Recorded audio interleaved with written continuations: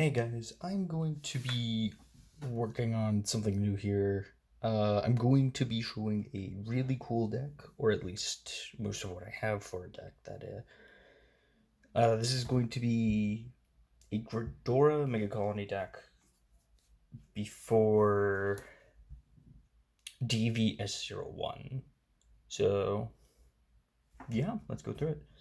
So this card is it's your typical Forerunner.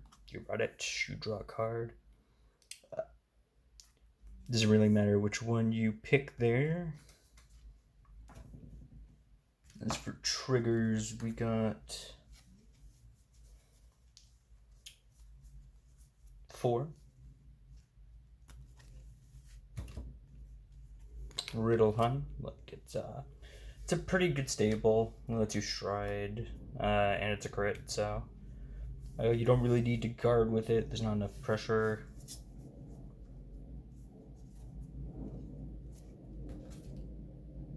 Makeup Widow is oh gosh dang it, pretty good.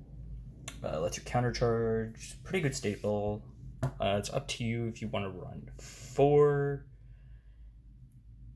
But yeah.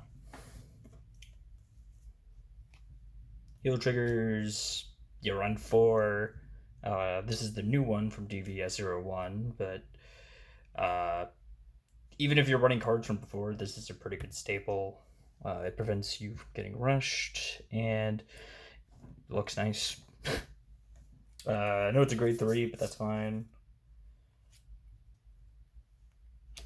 Overtrigger.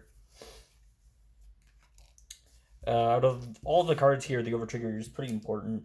Until these cards are restricted, it's just a really good card. If you run this in any Megacolony deck, it's just really good burst, where it can save you, because it gives your Vanguard 100 million power, or your rear guard. It's just great for attacking, great for defending. It's a really good card. For my 4th trigger, I typically run this. You could also run regular stand triggers. Not the regular stand triggers, regular draw triggers. Or you can run Earth Dreamer, which is optimal. Earth Dreamer lets you draw 2, which is probably why you don't typically run draw triggers in this, but yeah. I like running Battle-G. It's great, it lines up your skills, lets you countercharge.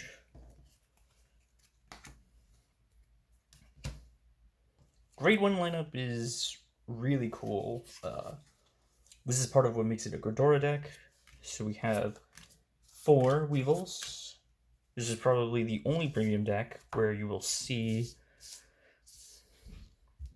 grade 1 Sentinels, and that's because this card, you combine both of them from your drop zone, and you can get a cost back. So Megacolony Standard was really good at giving you costs back, and this just adds up to that. It also combos with a new card, and that is Slave Tugging the Bell. If you guys are wondering why it looks odd and it's not a bug, you're right, it's not a bug. Slave Tugging the Bell puts all of your bind cards into your drop zone. So this is not only great for recycling your Black Weevils, this also counters against clans that bind, so that could be your Deleters, Link Joker. Narukami is a good example, so you don't get stun burst and you just keep losing cards. Gets 5k for each one, so if they do stun burst you, that's like plus 20k on a grade 1, which is insane. 4 old copies of Dorcas. It's a straight fodder. Lets you add a dark face from your deck to your hand, just typical searching. Lets you add your right target, or you can stride with it. Then we have 1 copy of Hornet, and the new staple, which is Gentle Moth. I know it's Mutant Gentleman High Class Moth, but I just call him Gentle Moth because it makes it easier. This is nice because it meets the soul prerequisite for the deck, and it searches a grade 3 that isn't your Dark Face cards. But this also gives you costs back. And, well, typically you need cards that are grade 3, and a lot of Megacolony cards cost a Soul Blast at grade 3. So just all of that together is really, really good for your deck. Just really boosts the consistency and the cost. Grade 2 lineup is probably the worst part. We have Dangerous Horn, Bolus. I run 4 Killer Leaf. You can switch this with Giraffa when that comes out. Then we have Mantis and Lancer. So, let's even on screen. So Bolus is your searcher. You can search up to 2 cards with Darkface in their name, and if it gets a bunch of power on rearguard, you can draw a card by Soul Blasting. This is a 4 of, but I only have 2, which is why we run 4 Killer Leaves in Mantis. It just gets a bunch more cards in our hand. Dangerous Horn is a really good right target. So if you have the Gredora in your hand, then you can just ride this and you can deal with Force Clans that have more power. Regardless is also really good. It gets rear guards into the soul, which we're not running Butterfly Deputy in this deck, so it actually helps a lot with the soul cost, which we will get to in a second. Your soul cost can be for Killer Leaf, Gredora, Intrude Scissors, but we'll get to that in a little bit.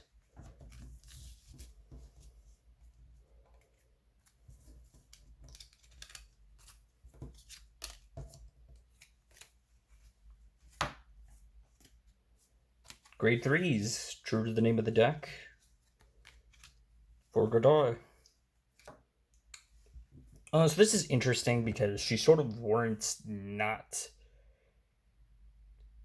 getting a gift marker because she can steal cost and she blocks a column. It's just really good. It sort of changes the pacing of the deck. So typically in Premium you want to go first, but with this you want to go second because you want to get that first stride off.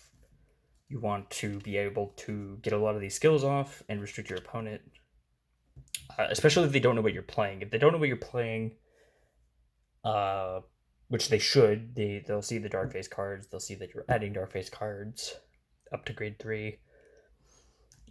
But on top of the Gredora, we're also running the original Darkface standard version, of course. It can cradle your opponent, so effectively disabling a rear guard, or it can search a card by retiring it. Just really good cards. These are your search targets for Bolus. Darkface is just extra consistency because you can add both of these. So if you search both of them in the same 6 cards, you can add both of them. Just really good. You can use this as a stride fodder. You can use this as a rear guard. It's just universally good. Just really good cards.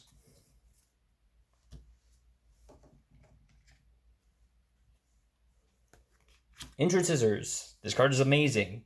This card is a staple. But you don't want to run a lot of it. Basically, it gives your deck multi-attack. When your Vanguard attacks, you can counterblast, call this card to rear guard. Very interestingly enough, your opponent's Vanguard doesn't have to be grade 3, just yours. Which there's a lot of restrictions for that, but you can basically stand your rear guard after it's attacked and give it a bunch of power. Just great card. It's a staple. Run it. Final grade 3 for the deck, Antlion. What is there to say about this? Zoa. With Gentlemoth and all the grade 3s you're running, Megarla, you can easily get these cards into the soul, or get grade 3s into the soul, so you can use this card. It's really good. 2 crate, no sentinels, by soul blasting a grade 3. The only problem is you need to pitch 2 cards from your hand, which is awful. You can't use the skill over and over again, but that's fine, because you're typically killing with this, so that's fine. G units, because we can run 16 of them. Overwhelm. It's a staple, but if you stride first, you will get a drive 1 and a crit 1. If you stride second, so your opponent's built board, then what you're going to end up with is you're going to draw a bunch of cards, so you'll be able to deal with whatever the next turn is anyways. You can also run Gredora, which I don't have in this build, and if you do, then you run as many of them as you can, because it's a great stun card, it's great stalling for your Zoa or your other options.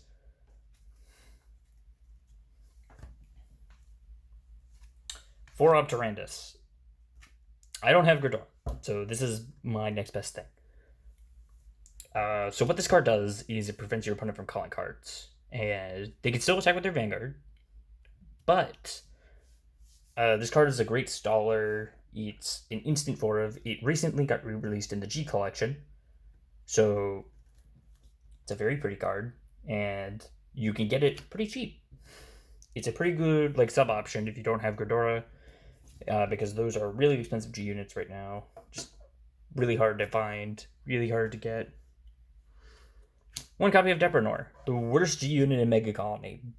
But, and I say but here, you run this card for the off chance that your opponent doesn't have G guards.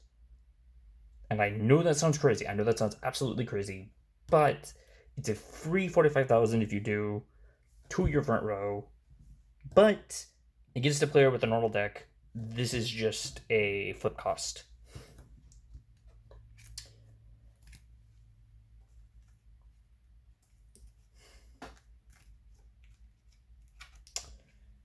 Moving on to G guards, we got 2 Relish Lady and 3 Morphosian. Relish Lady is kind of, I don't know, it seems like I never use Relish Lady as much, but basically you flip over a G Guardian, you get a bunch of cards, you get costs back. Morphosian is better for guarding, but I still want Relish Lady because there are still opportunities to get cards. It can stall the game longer, or it can just make it easier for you. Plus, it gives you Zoa sooner, so if you can survive the turn and Relish Lady, then that's pretty good. Just really good cards, just all good all around. Cyclone. This is a flip fodder. If you have any normal units in this deck, so say you have a bunch of trigger units that don't have skills, then you can run this as a fodder. Also, the card looks pretty, so this is basically going to be the second flip fodder in the deck. So this is going to be your just flip target for Overwhelm or Deprenor or whatever you're going for. It's just really good. Again, if you have Gredora, run that instead. Zoa.